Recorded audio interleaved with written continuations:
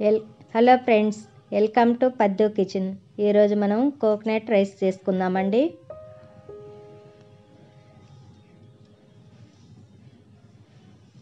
Stove వెలిగించి pan పెట్టుకోవాలి.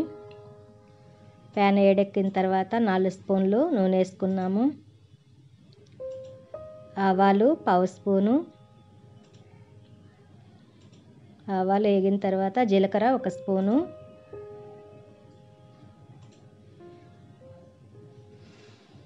మినప్పప్పు 1 స్పూన్లు,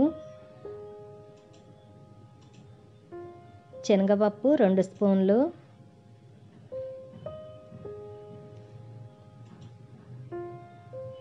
ఇవి కలబెట్టాలి, గరిటతో కలబెట్టాలి. పల్లీలు 3 స్పూన్లు. పల్లీలు మీకు ఇష్టమైతే ఎక్కువ కూడా వేసుకోవచ్చు.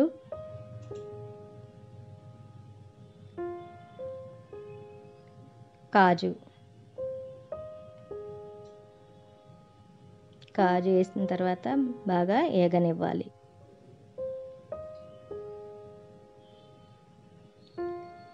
ఎల్లుల్లిపాయలు సన్నగా తరుక్కున్న 1 స్పూన్లోకి ఎల్లుల్లిపాయలు, రెడ్ మిర్చి 3, పచ్చిమిరపకాయలు సన్నగా పొడవుగా కట్ చేసుకున్నటి 6 పచ్చిమిరపకాయలు. ఈ తిరుగుబాత బాగా దోరగా వేయించుకోవాలి. పచ్చి కొబ్బరి, తురుముకున్న పచ్చి కొబ్బరి 1 పెద్ద కప్పులోకి తీసుకున్నాము.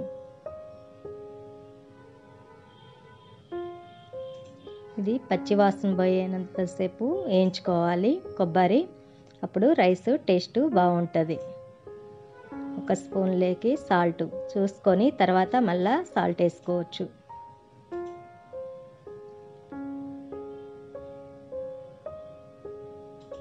బాగా ఏగనివ్వాలి, గరిటతో కలబెడుతూనే ఉండాలి, లేదంటే మాడిపోతుంది. అన్నం వండి పక్కకు పెట్టుకున్నది. అన్నం వండి చల్లారి పెట్టుకున్న 1 గ్లాసు అన్నం.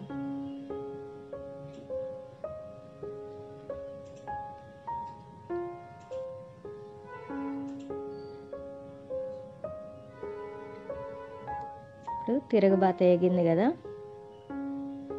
ఇప్పుడు రైస్ వేసుకుందాం.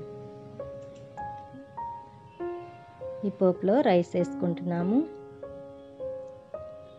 ఒకేసారి వేసుకోకుండా ఒకసారి వేసి బాగా కలుస్తుంది. ఒకేసారి వేస్తే రైసు కలవదు. పోపు బాగా కలిసిన తర్వాత మళ్ళీ మిగిలిన రైస్ కూడా వేసుకొని కలుపుకోవాలి.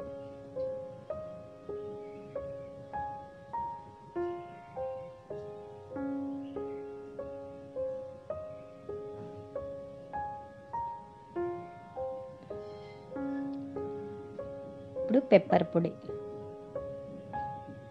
వేసిన తర్వాత బాగా కలిసేటట్టు గరిటతో కలపాలి. కోకోనట్ రైస్ రెడీ అయింది. ఇది లంచ్ బాక్స్ కూడా చాలా బాగుంటుందండి.